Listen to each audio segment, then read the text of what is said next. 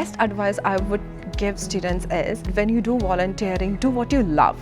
In that way, you don't feel like taking the burden of completing the volunteering. For say, I worked at the Smith family as a learning club tutor, so interacting with kids and teaching them is something I like. There is no easy step to be a leader, so you need to build yourself, so make the most of it. I would say that very first tip is just take it easy. Make it slow as you progress, because you'll learn and you'll get there. Top tip or trick for people thinking about signing up to UniSA Plus is do it. Just do it. There's just so much on offer, and all through my uni journey I've always said yes. I've said yes to things that I didn't even think I would even like, and it's just opened so many doors for me.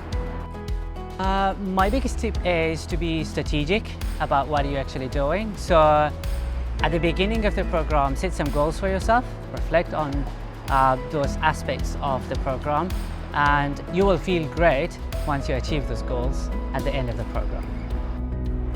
I would say my one piece of advice for students entering the program is to say yes to as many opportunities that come your way. It's kind of easy to say no, but saying yes, you don't know where it will lead you.